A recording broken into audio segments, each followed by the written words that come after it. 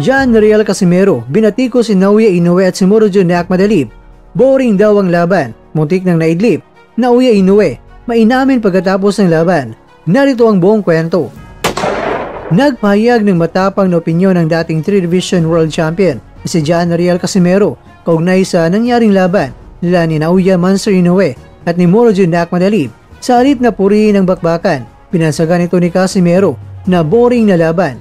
Ayon pa kay Casimero, mas mainam na abangan na lamang ng mga taga-suporta ng boxing ang susunod niyang laban. Ayon kay Casimero, boxing fans, abangan nyo na lang laban ko. Sa laban ko lang kayo makakita ng magandang bakbakan.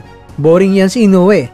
Muling naging usap-usapan ang kanyang komento dahil kilala si Casimero mga kwento na hindi lamang palaban sa loob ng ring, kundi pati na rin sa labas nito. Madalas siyang gumagawa ng mga kontrobersyal na pahayag, lalo na kung tungkol kay Inoue na dati na rin niyang gusto makaharap subalit hindi natuloy. Narito naman ang mga maaring mga dahilan ng pahayag ni Casimero.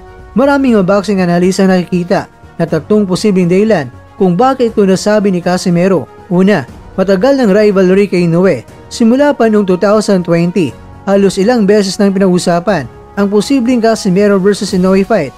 Ngunit dahil sa iba't ibang mga rason gaya ng schedule at promotional conflicts,